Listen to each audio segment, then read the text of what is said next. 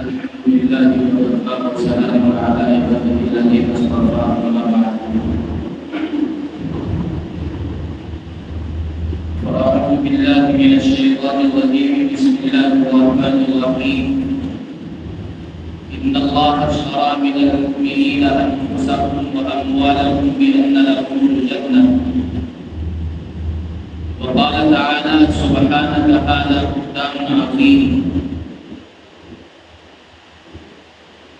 وقال تعالى واتخذوا من مقام إبراهيم مصلى عن ابن عمر رضي الله عنه قال رسول الله صلى الله عليه وسلم إن الله جعل الحق على لسان عمر وقلبه رواه الإمام الترمذي في جامعه أو كما قال عليه الصلاة والسلام سبحان ربك رب العزة عما يصفون وسلام على المرسلين والحمد لله رب العالمين اللهم صل على سيدنا مولانا محمد وعلى آل سيدنا مولانا محمد وبارك وسلم دنیا عدالت میں تیرا نام رہے گا، دنیا عدالت میں تیرا نام رہے گا، فاروق تیرے نام سے اسلام رہے گا۔ آج 28 ذی الحجہ 1445 ہجری اسلامی کیلنڈر کے اعتبار سے سال کا یہ آخری مہینہ اور آخری مرحلہ ہے، اور یکم محرم الحرام سے اسلام کا نئے سال کا آغاز ہوتا ہے، جو عنقریب انشاءاللہ کل ہو جائے یا اس کے بعد ہو جائے، اس لیے کہ آج 28 تاریخ ہے۔ اگر کل چاند نظر آ گیا تو کل سے انشاءاللہ شروع ہو جائے گا، اور اگر کل چاند نظر نہ آیا تو اگلے دن سے شروع ہو جائے گا۔ تو اس وقت میں 28 تاریخ ذی الحجہ ہے، اور محرم الحرام کا مہینہ اور اسلامی کیلنڈر کے حساب سے نئے سال کا آغاز انشاءاللہ عنقریب ہونے والا ہے۔ یکم محرم الحرام سے اسلامی سال کا آغاز ہوتا ہے، اور یہ بات ذہن میں رکھنی چاہیے کہ محرم الحرام یہ ایک محترم مہینہ ہے۔ اللہ تبارک و تعالیٰ نے قرآن کریم کے اندر یہ ارشاد فرمایا ان عدۃ الشہور عند اللہ 12 شہرا فی کتاب اللہ یوم خلق السماوات والارض منها 4 حرم۔ اللہ تبارک و تعالیٰ نے مہینوں کی تعداد 12 بتلائی ہے، اور اس میں فرمایا منها 4 حرم، ان 12 مہینوں میں سے 4 مہینے حرمت والے ہیں، قابل احترام مہینے ہیں۔ ان 4 مہینوں میں سے محرم الحرام کا ایک مہینہ جو اپنے نام کے اعتبار سے بھی حرمت والا ہے اور اپنے فضائل کے اعتبار سے بھی حرمت والا ہے۔ اس مہینے کو جہاں بہت ساری خصوصیات اور فضائل کی وجہ سے یاد کیا جاتا ہے، تو واقعوں سے اس مہینے کی فضیلت میں اور اس مہینے کی یادگار میں اور زیادہ اضافہ ہو جاتا ہے۔ دنیا کے اندر اس وقت میں اور خاص طور سے ہمارے ملک ہندوستان کے اندر یا یہ کہیے کہ ایشیائی ممالک کے اندر محرم الحرام کو قابل احترام اس وجہ سے سمجھا جاتا ہے،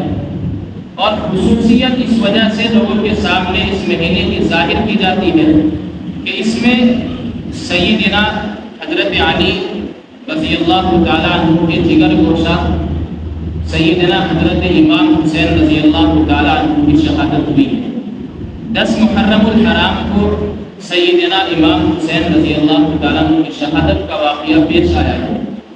خاص طور سے اس ملک کے اندر اور دیگر اسلامی ممالک کے اندر اس مہینے کو اسی وجہ سے زیادہ تر یاد کیا جاتا ہے، اور عامتاً اکثر لوگوں کو بھی اس مہینے کے ساتھ اسی وجہ سے مناسبت ہے کہ اس مہینے کی 10 تاریخ کو 10 محرم الحرام کو سیدنا امام حسین بن علی رضی اللہ تعالیٰ عنہ کی شہادت کا واقعہ پیش آیا، اس لیے لوگ یہ سمجھتے ہیں کہ اس وجہ سے قابل احترام مہینہ ہے۔ میرے بھائیوں، یہ یاد رکھنا چاہیے کہ شہادت یہ اللہ تبارک و تعالیٰ کی طرف سے ایک مسلمان کے لیے، ایک ایمان والے کے لیے یہ ایک سعادت ہوتی ہے، اور جس انسان کو اللہ تبارک و تعالیٰ یہ مقام اور یہ مرتبہ عطا فرما دے تو اللہ تبارک و تعالیٰ کے یہاں اس کا بہت بلند مرتبہ ہوتا ہے۔ تو شہادت یہ سعادت ہے، اور دین اسلام کے لیے شروع سے لے کر کے اور قیامت کی صبح تک اپنے دین اسلام کے لیے مرنا مٹنا، شہادت پیش کرنا، اپنی جان پیش کرنا، یہ مسلمانوں کے لیے ضروری ہے، اور یہ ہمارے ایمان کا ایک لازمی حصہ ہے۔ ہر انسان اور ہر مسلمان کے دل میں ہمیشہ یہ خیال اور یہ نیت رہنی چاہیے کہ اگر کبھی بھی میری ضرورت اللہ تبارک و تعالیٰ کے لیے، اللہ کے دین کے لیے پڑ جائے، میری جان کی ضرورت پڑ جائے، میرے مال کی ضرورت پڑ جائے، میرے وقت کی ضرورت پڑ جائے، الغرض کسی بھی چیز کی اگر اللہ تبارک و تعالیٰ کے دین کی خاطر ضرورت پڑے تو میں ہمیشہ اپنی جان، اپنا مال اور اپنا سب کچھ قربان کرنے کے لیے تیار ہوں۔ ہر انسان کے دل میں یہ تمنا ہونی چاہیے۔ تو 10 محرم الحرام یہ سیدنا امام حسین بن علی رضی اللہ تعالیٰ کی شہادت کا دن ہے، اور اس دن میں سیدنا امام حسین بن علی رضی اللہ تعالیٰ عنہ اس دنیا سے منتقل ہوئے ہیں۔ لیکن اسی مہینے کو ایک اور شخصیت کی شہادت کے ساتھ مناسبت ہے، جس کو خلیفہ ثانی حضرت عمر رضی اللہ تعالیٰ عنہ کے نام سے ہم لوگ جانتے ہیں۔ اسلامی حکومت کے دوسرے خلیفہ حضرت عمر فاروق رضی اللہ تعالیٰ عنہ ہے، اور حضرت عمر فاروق رضی اللہ تعالیٰ عنہ کی دور حکومت وہ 10 سال 6 مہینے اور تقریباً 10 دن ہے۔ حضرت عمر رضی اللہ تعالیٰ عنہ کا دور حکومت 10 سال 6 مہینے اور 10 دن کے اوپر پھیلا ہوا ہے، اور روایت میں آتا ہے، کتابوں کے اندر لکھا ہے کہ حضرت عمر رضی اللہ تعالیٰ عنہ کو 22 لاکھ مربع میل پر حکومت حاصل ہوئی۔ 22 لاکھ مربع میل کا یہ ایک حاکم تھا جس کا نام، ایک بادشاہ تھا جس کا نام حضرت عمر فاروق رضی اللہ تعالیٰ عنہ ہے۔ اسی مہینے کے اندر اور اسی مہینے سے حضرت عمر رضی اللہ تعالیٰ عنہ کی شہادت بھی وابستہ ہے۔ اور میں آپ کو بتاتا چلوں کہ سن 23 ہجری 27 یا 26 ذی الحجہ، آج 28 ذی الحجہ ہے اور 1445 ہجری، آج سے 1450 سال پہلے چلے جائیں، اور اس میں کتابوں کے اندر لکھا ہے کہ حضرت عمر رضی اللہ تعالیٰ عنہ کی جو شہادت شروع ہوئی ہے، جو شہادت کا سبب بنا ہے، وہ یا تو 26 ہجری ہے، 26 ذی الحجہ یا 27 ذی الحجہ۔ واقعہ یہ ہوتا ہے کہ حضرت عمر فاروق رضی اللہ تعالیٰ عنہ مسجد نبوی میں مصلی رسول صلی اللہ علیہ وسلم پر، ممبر رسول صلی اللہ علیہ وسلم پر تشریف فرما ہے، اور فجر کی نماز پڑھانے کے لیے کھڑے ہوئے، اور اسی دوران حضرت عمر فاروق رضی اللہ تعالیٰ عنہ کی جان پر اور شخصیت پر حملہ کیا جاتا ہے، اور 26 ذی الحجہ یا 27 ذی الحجہ کو حضرت عمر رضی اللہ تعالیٰ عنہ کے بدن پر زخم لگتا ہے، اور وہ 27، 28 اور 29 ذی الحجہ تک پہنچتا ہے، اور جیسے ہی یکم ذی الحجہ کی یکم محرم کی تاریخ آتی ہے تو حضرت عمر فاروق رضی اللہ تعالیٰ عنہ اسی زخم کی وجہ سے، اسی زخم کی حالت میں اس دنیا سے رخصت ہو جاتے ہیں، اور شہادت کا مرتبہ حضرت عمر رضی اللہ تعالیٰ عنہ کو مل جاتا ہے۔ تو کہنے کا مقصد یہ ہے کہ جہاں اس مہینے کے اندر 10 تاریخ میں سیدنا امام حسین بن علی رضی اللہ تعالیٰ عنہ کی شہادت کا واقعہ پیش آیا، اسی مہینے کی پہلی تاریخ کے اندر سیدنا حضرت عمر فاروق رضی اللہ تعالیٰ عنہ کی شہادت کا واقعہ بھی پیش آیا ہے، اور جو اس اسلامی حکومت کے خلیفہ ثانی یعنی دوسرے خلیفہ رہے ہیں، اور جس کی دور حکومت 10 سال 6 مہینے اور تقریباً 10 دن رہی ہے۔ حضرت عمر فاروق کی شخصیت اسلامی تاریخ کی بہت بڑی شخصیت ہے۔ اگر ہم حضرت عمر فاروق رضی اللہ تعالیٰ عنہ کی شخصیت کا مطالعہ کرتے ہیں اور پڑھتے ہیں، جب لوگوں سے سنتے ہیں تو یقیناً سمجھ میں آتا ہے کہ تاریخ اس طرح کی شخصیت کو پیش کرنے سے عاجز و قاصر ہے۔ حضرت عمر فاروق رضی اللہ تعالیٰ عنہ حضرت عثمان غنی رضی اللہ تعالیٰ عنہ کے 5 سال کے بعد ایمان لائے ہیں۔ 5 سال کے بعد جب آپ علیہ الصلوۃ والسلام کو نبوت ملی اور آپ نے اپنی نبوت کا اعلان کیا تو آپ کی دعوت پر سب سے پہلے ایمان لانے والے حضرت ابوبکر صدیق رضی اللہ تعالیٰ عنہ ہیں۔ اور جب حضرت ابوبکر صدیق رضی اللہ تعالیٰ عنہ نے لوگوں کو دین کی دعوت دی تو آپ کی دعوت پر 5ویں نمبر پر اسلام لانے والے حضرت عثمان غنی رضی اللہ تعالیٰ عنہ ہیں، اسی دن جس دن حضرت ابوبکر صدیق رضی اللہ عنہ ایمان لائے۔ لیکن میں آپ کو یہ بتانا چاہتا ہوں کہ جب حضرت عمر رضی اللہ تعالیٰ عنہ اسلام لائے ہیں تو نبوت کے 5 سال کے بعد حضرت عمر فاروق رضی اللہ تعالیٰ عنہ ایمان لائے۔ لیکن سوال یہاں یہ پیدا ہوتا ہے کہ جب 5 سال کے بعد حضرت عثمان غنی سے حضرت عمر ایمان لائے ہیں تو پھر خلیفہ ثانی حضرت عمر کو کیوں بنایا گیا؟ اس لیے کہ پہلے حضرت ابوبکر ایمان لائے تو پہلے خلیفہ حضرت ابوبکر صدیق رضی اللہ عنہ، اور دوسرے نمبر پر حضرت عثمان غنی رضی اللہ تعالیٰ عنہ ایمان لائے تو دوسرے نمبر پر حضرت عثمان غنی کے ایمان لانے کی وجہ سے خلیفہ بھی دوسرے نمبر پر حضرت عثمان غنی کو ہونا چاہیے۔ لیکن حضرت عثمان غنی کی شخصیت کو چھوڑ کر کے 5 سال کے بعد ایک آدمی ایمان لاتا ہے اور ایک انسان ایمان لاتا ہے اور اس کی شخصیت اتنی عظیم ہوتی ہے کہ اس انسان کو جو 5 سال کے بعد ایمان لایا ہے اس انسان پر فضیلت حاصل ہوتی ہے اسلامی حکومت کے اعتبار سے اور خلیفہ ہونے کے اعتبار سے کہ 5 سال کے بعد ایمان لانے والے کو اسی پہلے دن ایمان لانے والے کو فضیلت مل جاتی ہے۔ آپ دیکھیں پہلے خلیفہ حضرت ابوبکر صدیق رضی اللہ تعالیٰ عنہ، دوسرے خلیفہ حضرت عمر رضی اللہ عنہ، لیکن ترتیب کے اعتبار سے اگر دیکھیں تو حضرت عثمان کا نمبر آتا ہے۔ لیکن میرے بھائیوں بات حقیقت یہ ہے کہ بعض فضائل حضرت عمر رضی اللہ تعالیٰ عنہ کو اللہ تبارک و تعالیٰ نے ایسے عطا کیے تھے جس کی وجہ سے حضرت عمر رضی اللہ تعالیٰ عنہ کا نمبر دوسرے نمبر پر آتا ہے۔ حضرت عمر رضی اللہ تعالیٰ عنہ کی شان عجیب ہے، اور جب آپ علیہ الصلوۃ والسلام حضرت عمر رضی اللہ تعالیٰ عنہ سے کوئی مشورہ طلب کرتے ہیں اور جب کوئی حضرت عمر فاروق رضی اللہ عنہ علیہ الصلوۃ والسلام کو مشورہ دیتے ہیں تو مشورہ زمین پر ہوتا ہے، حضرت عمر رضی اللہ تعالیٰ عنہ کی کوئی رائے ہوتی ہے، لیکن آسمان پر اللہ تبارک و تعالیٰ اس کو قرآن وحی بنا دیتا ہے۔ اور حضرت جبرائیل علیہ الصلوۃ والسلام کو آپ علیہ الصلوۃ والسلام کے پاس حضرت عمر فاروق رضی اللہ تعالیٰ عنہ کی رائے کے مطابق فیصلہ لے کر کے نازل فرماتے ہیں۔ قرآن کریم کی 2 آیت میں نے آپ حضرات کے سامنے پڑھی، اس میں سے ایک آیت کا چھوٹا سا جز میں نے آپ حضرات کے سامنے پڑھا، سبحانک ھذا بہتان عظیم۔ یہ بھی اسی رائے اور مشورے کا حصہ ہے کہ جب حضرت عمر فاروق رضی اللہ تعالیٰ عنہ نے آپ علیہ الصلوۃ والسلام کے سامنے ایک رائے کا اظہار کیا اور اس رائے کو اور انہی الفاظ کو اللہ تبارک و تعالیٰ نے آسمان پر قرآن وحی بنایا اور قرآن وحی بنا کر کے حضرت جبرائیل علیہ الصلوۃ والسلام کو وہی پیغام وہی الفاظ قرآن آیت کی شکل میں لے کر کے نازل کیا۔ سبحانک ھذا بہتان عظیم، یہ قرآن کریم کی ایک آیت ہے، لیکن دراصل جب اس کے پیچھے کی ہم تاریخ پڑھتے ہیں تو سمجھ میں آتا ہے کہ یہ پہلے حضرت عمر رضی اللہ تعالیٰ عنہ کا ایک قول ہے۔ کیوں؟ یہ اس آیت کریمہ سے پہلے حضرت عائشہ رضی اللہ تعالیٰ عنہ کے بارے میں بیان کیا گیا ہے، اور مختصر سے میں آپ کو بتا کر چلوں کہ ایک مرتبہ واقعہ یہ ہوا کہ حضرت عائشہ رضی اللہ تعالیٰ عنہ پر کچھ یہودیوں نے اور منافقوں نے کسی طرح کا ایک غلط الزام لگایا، اور جب غلط الزام لگایا تو لوگوں کے درمیان میں یہ چرچا پھیل گئی اور یہ خبر مشہور ہو گئی کہ نعوذ باللہ حضرت عائشہ رضی اللہ تعالیٰ عنہ سے ایک غلط کام ہو گیا۔ حالانکہ یہ ہوا نہیں تھا،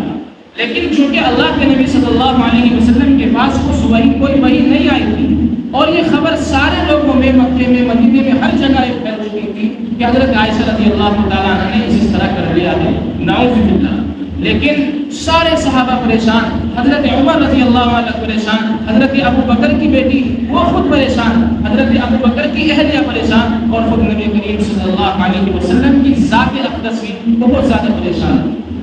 کبھی آپ علیہ الصلوۃ والسلام لیٹ جاتے، کبھی آپ علیہ الصلوۃ والسلام کسی حالت میں مبتلا ہو جاتے، الغرض ادھر حضرت ابو بکر پریشان، ادھر حضرت نبی کریم صلی اللہ علیہ وسلم پریشان، ادھر سارے صحابہ پریشان۔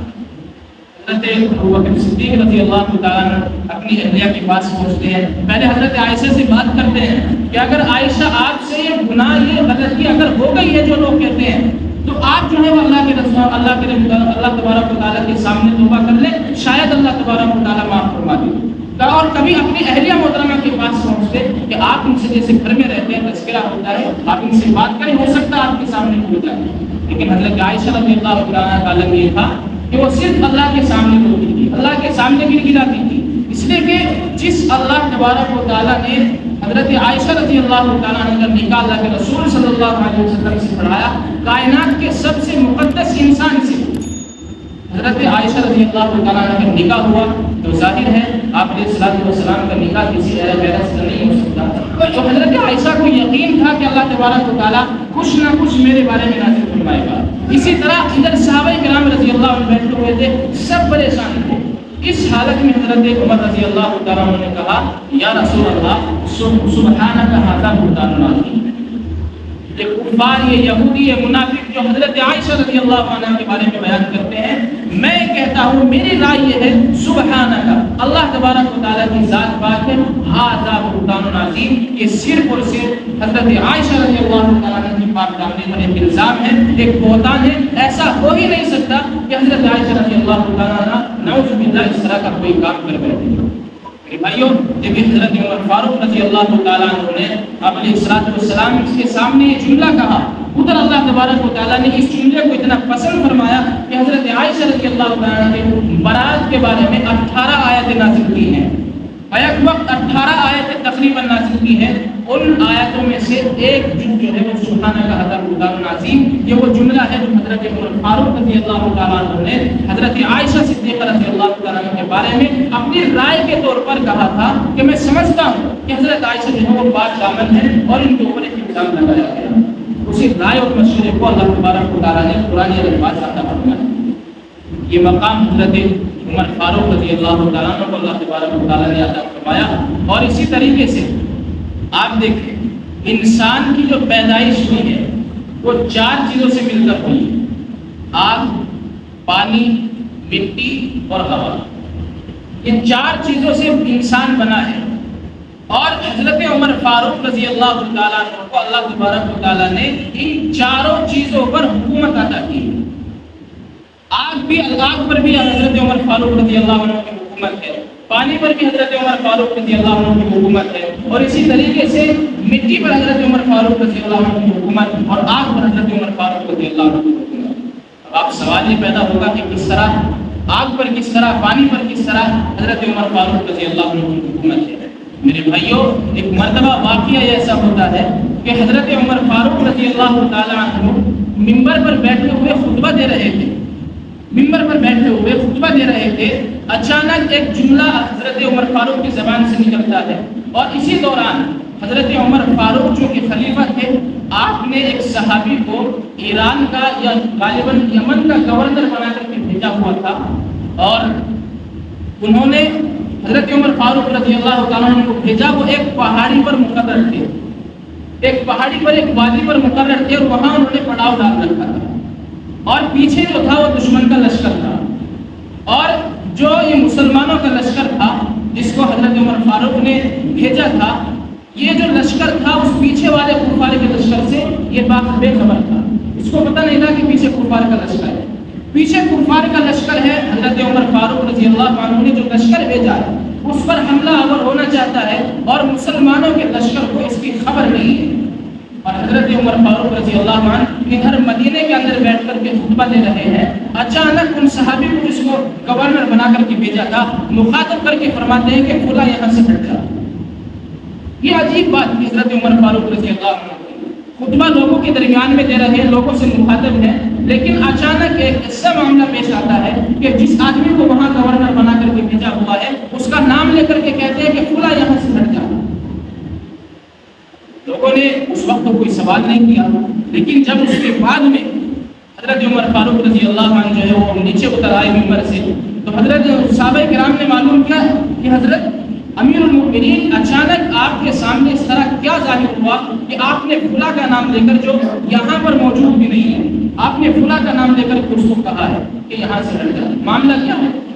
تو حضرت عمر فاروق رضی اللہ عنہ نے بتایا کہ بھائی بات یہ حقیقت ہے کہ وحی کا سلسلہ منقطع ہو چکا ہے، وحی اب آنے والی نہیں ہے، لیکن حقیقت یہ ہے کہ میرے سامنے ایک منظر سامنے آیا، میری آنکھوں کے سامنے ایک منظر آیا کہ ایک مسلمانوں کا لشکر ہے، پڑاؤ ڈالا ہوا ہے، پیچھے سے کفار اور مشرکین کا لشکر ان کے اوپر حملہ ہونا چاہتا ہے، لیکن مسلمانوں کے لشکر کو اس کی خبر نہیں ہے۔ یہ کیفیت اللہ تبارک و تعالیٰ نے، یہ نظارہ اللہ تبارک و تعالیٰ نے اچانک میری آنکھوں کے سامنے کیا، بس زبان سے نکلنا تھا، مجھے اس کے بارے میں زیادہ کچھ نکلا نہیں۔ میرے بھائیوں، کہنے کا مقصد یہ ہے کہ حضرت عمر فاروق رضی اللہ عنہ کی اس بات کو اس اسلامی لشکر تک پہنچانے والا کون تھا؟ اس لیے کہ آپ تو یہاں مدینے کے اندر بیٹھ کر خطبہ دے رہے ہیں، اور ادھر جو ہے حضرت جو صحابی جو بھی گورنر تھے، میں نام سے ان کا ذہن سے نکل گیا، ادھر وہ یمن کے اندر جو ہے وہ پہرا دے رہے ہیں، لیکن مدینے سے حضرت عمر فاروق رضی اللہ عنہ کے حکم کو ان کے کانوں تک پہنچانے والی، ان کی آواز کو ان کے کانوں تک پہنچانے والی وہ کون سی چیز تھی؟ وہ کون سی چیز تھی کہ جس نے حضرت عمر کی آواز کو ان کے کانوں تک پہنچایا؟